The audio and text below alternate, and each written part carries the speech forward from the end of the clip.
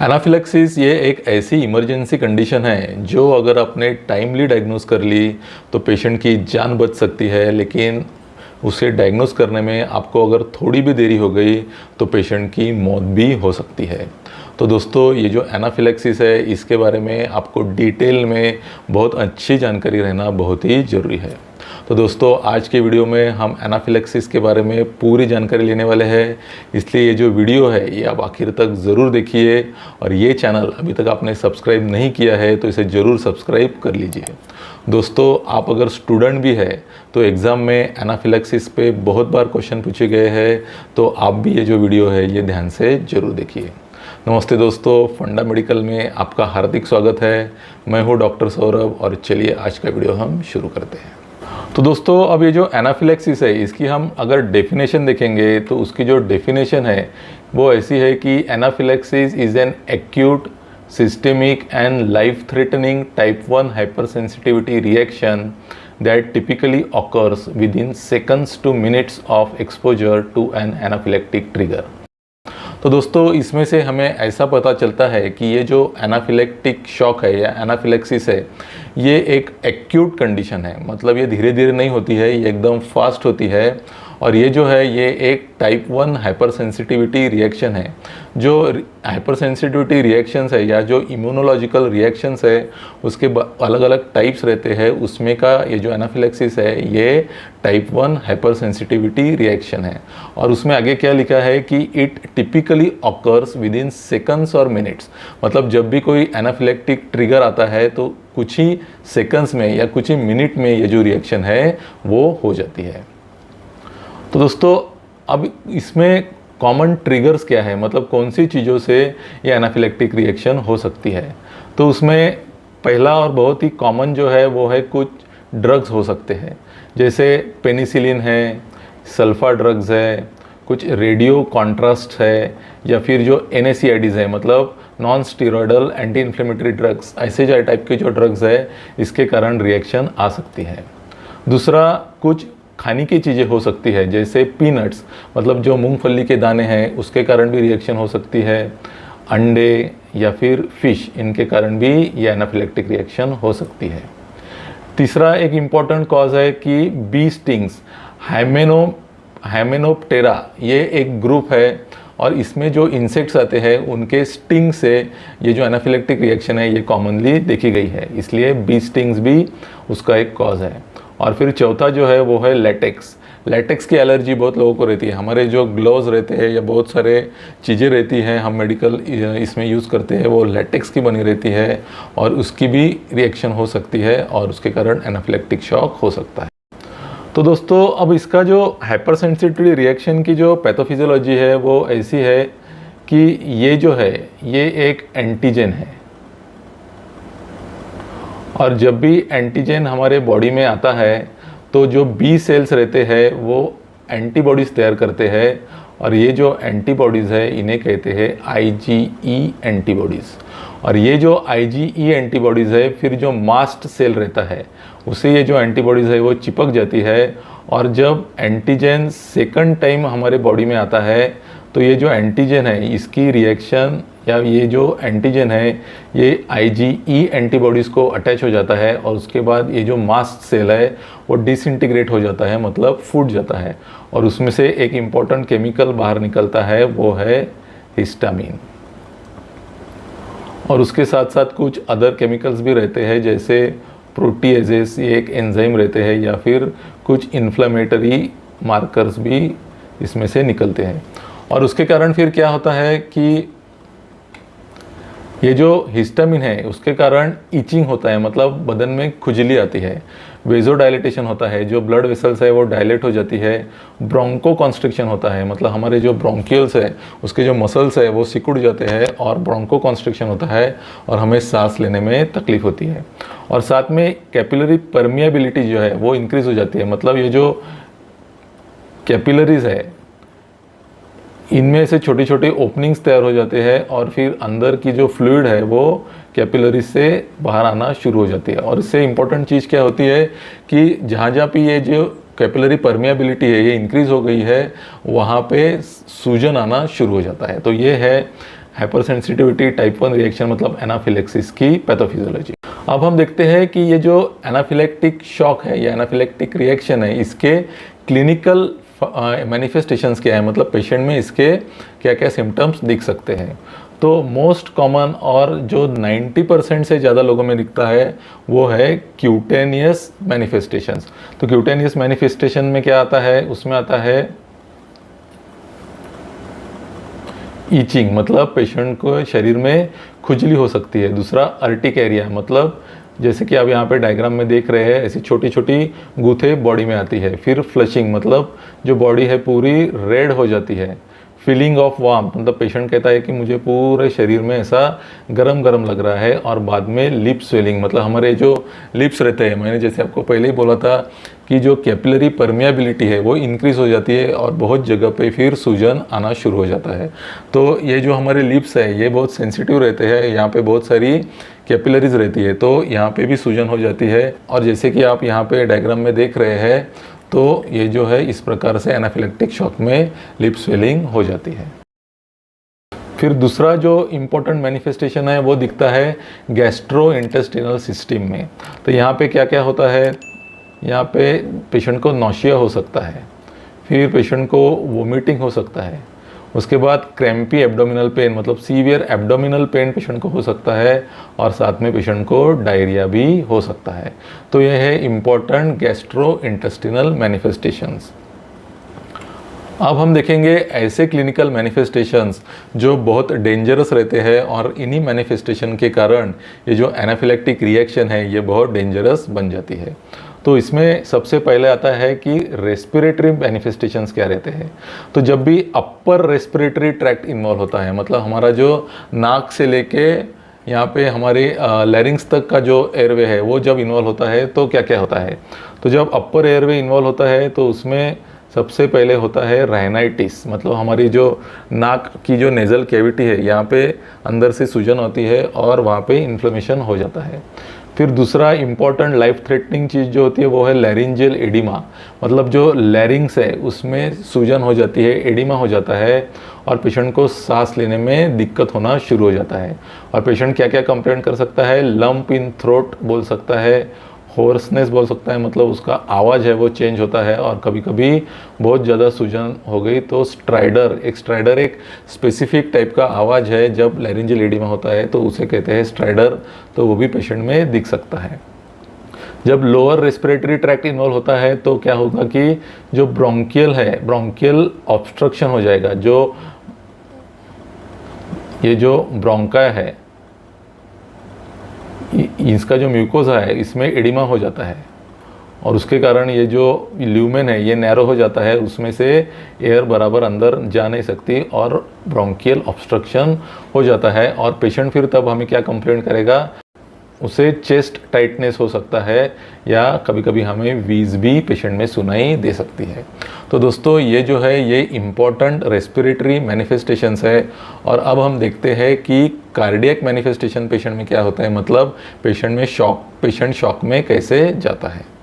तो दोस्तों अब ये जो है ये इम्पॉर्टेंट पैथोफिजियोलॉजी हमने देखी थी कि जो हिस्टामिन है उसमें वेजोडाइलेटेशन होता है, और वेजोडाइलेटेशन होने के बाद फिर जो इंट्रावेस्कुलर वॉल्यूम है वो कम हो जाता है, और उससे कारण फिर इम्पोर्टेंट दो चीज़ें होती है। एक मतलब पेशेंट को हाइपोटेंशन होगा, मतलब उसका जो बीपी है वो कम हो जाएगा, और दूसरा जो है पेशेंट को टैकीकार्डिया होगा। बीपी कम होने के कारण फिर पेशेंट को टैकीकार्डिया मतलब उसका हार्ट रेट जो है वो बढ़ना शुरू हो जाता है। और ये जब होता है तो पेशेंट को क्या कंप्लेंट होता है, पेशेंट डिजीनेस बोल सकता है, उसे चक्कर आ सकती है, या पेशेंट सिनकोप मतलब पेशेंट अनकॉन्शियस भी हो सकता है। और ये जो टैकीकार्डिया है इसके कारण पेशेंट में क्या सिम्टम्स आते हैं कि पेशेंट बोलता है कि मुझे धड़धड़ हो रही है, और उसे कहते हैं पल्पिटेशन। तो ये जो है ये है important clinical manifestations of anaphylactic shock. तो दोस्तों ऐसे जो भी पेशेंट्स हैं जिन्हें ब्रोंकियल अस्थमा है या फिर कार्डियक डिजीजेस है, ऐसे जो पेशेंट्स रहते हैं वो एनाफिलेक्टिक रिएक्शन अगर उनको हो गई तो उन्हें रिस्क ऑफ डेथ बहुत ज़्यादा रहती है, क्योंकि उनकी जो रेस्पिरेटरी सिस्टम है या फिर कार्डियोवैस्कुलर सिस्टम है वो ऑलरेडी कॉम्प्रोमाइज़ रहती है, और उसमें अगर ये एनाफिलेक्सिस जो है इसके अगर उसमें उनमें सिम्टम्स आने लगे तो पेशेंट की सीरियस कंडीशन हो सकती है और पेशेंट की जान भी जा सकती है। और दोस्तों अब मैं आपको जो चीज़ बताने वाला हूँ ये बहुत ही इम्पॉर्टेंट है, क्योंकि 80 to 90% जो एनाफिलेक्टिक रिएक्शंस रहती है वो यूनिफेजिक रहती है, मतलब एक ही बार पेशेंट को आती है। लेकिन 10 to 20% जो रिएक्शंस रहती है वो बायफेजिक रहती है, मतलब पहले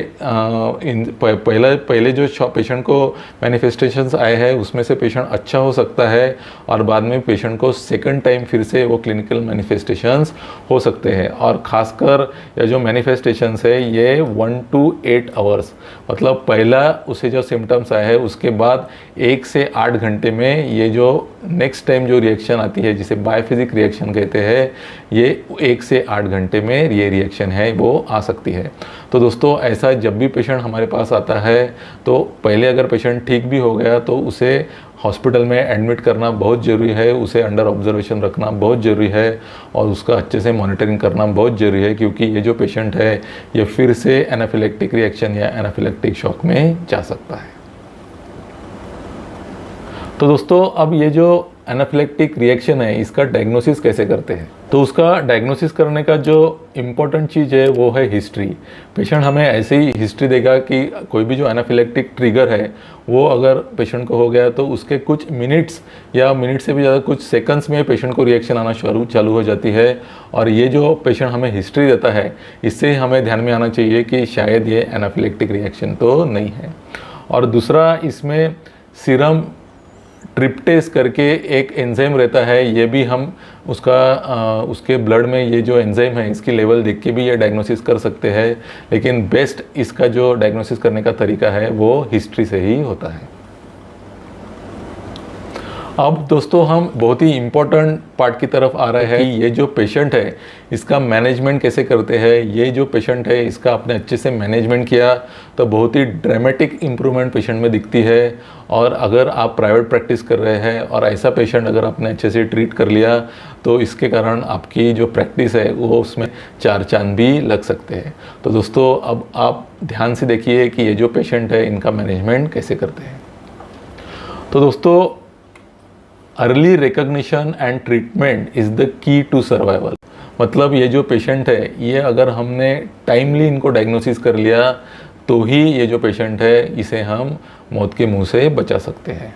और treatment of first choice is injection adrenaline. दोस्तों इंजेक्शन एड्रेनालिन ये एनाफिलेक्टिक शॉक का ड्रग ऑफ चॉइस है, ये आप अच्छे से ध्यान में रखिए क्योंकि इसके बारे में एग्जाम में भी MCQs पूछे जाते हैं। तो दोस्तों अब ये जो चार्ट है इसे आप अच्छे से देखिए।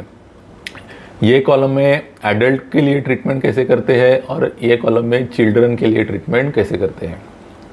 अगर हमें पेशेंट को IM इंजेक्शन देना है, बहुत बार पेशेंट हमारे पास आता है तो वो ऑलरेडी शॉक में रहता है, ऐसी कंडीशन में हमें इंट्रावीनस एक्सेस नहीं मिल सकता है और ऐसी कंडीशन में फिर हमें पेशेंट को इंट्रामस्कुलर इंजेक्शन ही देना पड़ता है। तो अगर एडल्ट पेशेंट है तो हमें जो इंजेक्शन एड्रेनालिन यूज़ करना है वो यूज़ करना है 1 in 1000, मतलब जो नॉर्मल जो एम्प्यूल आती है एड्रेनालिन की वो 1 in 1000 ही रहती है और उसका डोज जो है वो ऐसा है कि 0.3 to 0.5 ml इतना हमें उसे इंट्रामस्कुलर देना है। और अगर 5 to 20 मिनट्स के इंटरवल में अगर हमें पेशेंट में इम्प्रूवमेंट नहीं दिखी तो आप डोज रिपीट कर सकते हैं। अगर पेशेंट को ऑलरेडी IV एक्सेस है तो ये जो पेशेंट है इसे हमें 1 in 10,000 इंजेक्शन एड्रेनालिन देना है। मतलब 1 in 10,000 मतलब जो 1 ml रहता है इंजेक्शन एड्रेनालिन में उसे हमें 10 ml तक डाइल्यूट करना है। मतलब 1 ml एड्रेनालिन और 9 ml सलाइन लेके पूरा 10 ml का सोल्यूशन बनाना है। तो ये जो फिर सोल्यूशन बनेगा ये रहेगा 1 in 10,000। और ये जो डोज है हमें कैसा देना है कि 3 to 5 ml of 1 in 10,000 injection adrenaline given slowly at the rate of 100 microgram पर मिनट। इस प्रकार से हमें पेशेंट में ये जो ड्रग है वो देना है। और अगर बच्चे हैं तो उसमें हमें जो IM डोज है वो भी 1 in 1000 का है और उसका जो डोज है वो है 0.01 ml पर kg। मतलब पेशेंट के वेट के हिसाब से फिर हमें वो जो डोज है वो इंट्रामस्कुलर पेशेंट को देना है। और यही पेशेंट जो है उसके हमें अगर आईवी डोज लगाना है तो जब हम आईवी देंगे तो ऐसे ही जैसे मैंने आपको पहले बताया वैसे 1 in 10,000 का हम सॉल्यूशन तैयार करेंगे और उसका जो डोज है फिर वो रहेगा 0.1 ml पर kg। तो ये जो चार्ट है आप अच्छे से ध्यान में रखिए, क्योंकि ये जो इंजेक्शन एड्रेनलिन है यही ड्रग ऑफ चॉइस है और यही पेशेंट की जान बचा सकता है। तो अब ये जो एड्रेनलिन है ये एनाफिलेक्टिक शॉक में इतना यूज़फुल क्यों रहता है? क्योंकि ये जो एड्रेनलिन है ये बहुत अल्फ़ा और बीटा रिसेप्टर्स, ये दोनों रिसेप्टर्स पे ये एक्ट करता है। जब ये अल्फ़ा 1 रिसेप्टर्स पे एक्ट करता है तो वेजो कॉन्स्ट्रिक्शन होता है, और जब ये बीटा 2 रिसेप्टर्स पे एक्ट करता है तो ब्रोंकियल स्मूथ मसल्स रिलैक्शन मतलब ब्रोंको डायलेटेशन होता है। तो ये दोनों जो इफेक्ट है ये एग्जैक्टली अपोजिट है जो हमने पैथोफिजियोलॉजी में देखा था। मतलब हमने ये देखा था कि वेजो डायलेटेशन होता है और साथ में ब्रोंको कॉन्स्ट्रिक्शन होता है, और एड्रेनलिन जो है ये जो दोनों इफेक्ट है इसका एग्जैक्ट अपोजिट करता है। इसलिए एड्रेनलिन एनाफिलेक्टिक शॉक में बहुत ही यूज़फुल रहता है। और साथ में ये जो ड्रग है ये जो वेस्कुलर परमिएबिलिटी है, मतलब जो कैपिलरी परमिएबिलिटी बढ़ जाती है, इसे भी ये जो ड्रग है वो कम करता है। तो दोस्तों अब इम्पॉर्टेंट चीज़ हमें इसके मैनेजमेंट में ये ध्यान में रखनी चाहिए कि हमें कभी भी पेशेंट को जो है वो सुपाइन पोजीशन में रखना चाहिए। हमने अगर पेशेंट को सिटिंग या स्टैंडिंग में तो हम नहीं रखेंगे, लेकिन सिटिंग पोजीशन में रखा तो उसमें एक चीज़ होती है जिसे कहते हैं एम्प्टी वेंट्रिकल सिंड्रोम।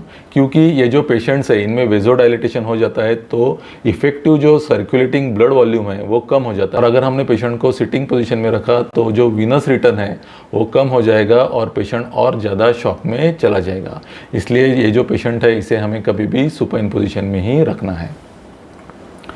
और हमें और एक बात ध्यान में रखनी चाहिए कि अगर पेशेंट को अगर कोई नॉन सिलेक्टिव बीटा ब्लॉकर चालू है, मतलब प्रोप्रेनोलॉल, ये जो ड्रग है ये नॉन सिलेक्टिव बीटा ब्लॉकर है, मतलब ये बीटा 1 पे भी एक्ट करता है और बीटा 2 ये जो ड्रग है, ये जो रिसेप्टर है, इसे भी ये ड्रग ब्लॉक करता है। और ऐसी कंडीशन में हमें फिर पेशेंट को आईवी साल्ब्यूटामॉल देने का काम पड़ सकता है, क्योंकि अगर बीटा 2 रिसेप्टर्स ब्लॉक्ड हो गए तो फिर एड्रेनलिन वहाँ पे अच्छे से काम नहीं कर सकेगा और उसकी जगह फिर हमें दूसरा ड्रग यूज़ करना पड़ेगा जो है आईवी साल्ब्यूटामॉल, जो एक बीटा 2 रिसेप्टर स्टिमुलेंट है।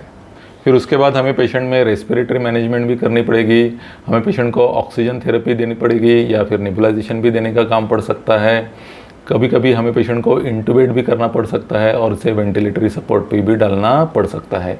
और अगर पेशेंट को बहुत ही ज़्यादा लेरिंजियल एडिमा हो गया है तो पेशेंट में हमें ट्रैकियोस्टोमी भी करने का काम पड़ सकता है। फिर इसकी आगे की मैनेजमेंट ऐसी है कि हमें पेशेंट में आईवी फ्लूइड्स भी देने का काम पड़ सकता है और प्रिफरेबली हम उसमें कोलाइड्स देते हैं। फिर हम पेशेंट में जो रिफ्रैक्टरी केसेस है उसमें हम वेजोप्रेसर्स भी यूज़ कर सकते हैं। फिर ये जो पेशेंट्स है इनमें हम एंटी हिस्टामिनिक्स भी यूज़ कर सकते हैं। लेकिन दोस्तों हमें इसमें याद रखना चाहिए कि जो करंट एपिसोड है ये एपिसोड में इसका कुछ फ़ायदा नहीं होगा, लेकिन जो लेट मैनिफेस्टेशंस पेशेंट में आते हैं इसमें इसका ज़रूर फ़ायदा होता है। और उसमें हम क्या यूज़ कर सकते हैं, उसमें हम injection chlorpheniramine 10 milligram IV TDS ये ड्रग हम पेशेंट में यूज़ कर सकते हैं। बाद में हम पेशेंट में ग्लूकोकॉर्टिकॉइड्स भी दे सकते हैं, लेकिन इसका भी वैसे ही है कि जो करंट एपिसोड है उसमें इसका कुछ फ़ायदा नहीं होता है। लेकिन जैसे मैंने आपको बताया कि जो कुछ रिएक्शंस जो है वो बायफेजिक रहती है, मतलब जो लेट फेज़ आने वाला है उसमें ये जो ड्रग है ये बहुत ही इम्पॉर्टेंट प्रिवेंशन का काम कर सकता है। तो उसमें जो ड्रग हम देते हैं वो है IV हाइड्रोकॉर्ट 200 मिलीग्राम, और उसके बाद हम ओरल प्रेडनिसोलन भी पेशेंट को दे सकते हैं। और अगर पेशेंट में रेजिस्टेंट ब्रोंकोस्पाज्म है तो हम ब्रोंकोडायलेटर्स भी यूज़ कर सकते हैं, और उसमें हम यूज़ करते हैं IV अमाइनोफाइलिन। तो दोस्तों अभी हमने ये जो पेशेंट है इसका जो करंट एक्यूट एपिसोड है वो तो मैनेज कर लिया, पेशेंट की जान भी बच गई, लेकिन हमें ये भी देखना है कि फिर से ऐसा ना हो और इसके लिए हमें प्रिवेंशन करना बहुत ही ज़रूरी है। तो ये जो प्रिवेंशन है वो हम कैसे कर सकते हैं ये भी जानना बहुत ही इम्पोर्टेंट है। तो उसमें हम क्या कर सकते हैं कि सबसे पहले तो जो ट्रिगर है उसे ही हम अवॉइड करें। अगर हमें ट्रिगर का पता चल गया है तो हमें पेशेंट को वो जो ट्रिगर है उसके बारे में जानकारी देनी चाहिए, और वो जो ट्रिगर है वो पेशेंट कैसे अवॉइड करे उसके बारे में हमें पेशेंट को समझाना चाहिए। उसके साथ फिर सेल्फ एडमिनिस्ट्रेशन ऑफ एड्रेनलिन, जो इंजेक्शन एड्रेनलिन है वो पेशेंट खुद भी लगा सकता है। तो वो कैसे कि इस प्रकार के एड्रेनलिन के जो पेन है वो मार्केट में मिलते हैं। तो ये जो पेन है, अगर पेशेंट को एनाफिलेक्टिक रिएक्शन आना शुरू हो गया है तो ये जो इंजेक्शन है ये कैसे लगाते हैं ये भी हम पेशेंट को सिखा सकते हैं। तो दोस्तों इसके रिलेटेड मैंने एक यूट्यूब का जो वीडियो है उसकी जो लिंक है मैंने डिस्क्रिप्शन बॉक्स में दी है, आप वो वीडियो जाके देख सकते हैं। तीसरी चीज़ हम ऐसे कर सकते हैं कि डिसेंसिटाइजेशन। कुछ ऐसे इम्पोर्टेंट ड्रग्स रहते हैं जो पेशेंट की डिजीज़ के लिए देना बहुत ही ज़रूरी है, जैसे कीमोथेरेपी। अगर पेशेंट को कुछ मैलिग्नेंसी है और उसे कीमोथेरेपी लेना बहुत ही ज़रूरी है, लेकिन वो जो ड्रग्स है उसके कारण पेशेंट को एनाफिलेक्टिक रिएक्शन हो चुकी है, लेकिन ड्रग्स तो देना ज़रूरी है ही। तो ऐसी कंडीशन में हम डिसेंसिटाइजेशन ये जो टेक्निक है वो यूज़ करते हैं। मतलब थोड़ी मात्रा में वो जो ड्रग है वो पेशेंट को देते हैं, जिसके कारण उसकी जो बॉडी है उसको यूज टू हो जाती है और फिर जो रिएक्शन है वो आ भी गई तो बहुत माइनर फॉर्म में आती है। तो दोस्तों इस प्रकार हमारे पास अगर एनाफिलेक्टिक रिएक्शन या एनाफिलेक्टिक शॉक का पेशेंट आया तो उसकी मैनेजमेंट कैसे करते हैं, तो आज उसका जो पूरा जो डिटेल है मैंने आज की वीडियो में आपको बताया। तो दोस्तों आज का वीडियो आपको अच्छा लगा तो ज़रूर अपने दोस्तों में इसे शेयर कीजिए, और ये चैनल अभी तक आपने सब्सक्राइब नहीं किया है तो इसे ज़रूर सब्सक्राइब कर लीजिए। तो दोस्तों अगले वीडियो में मिलते हैं एक नए टॉपिक के साथ, तब तक के लिए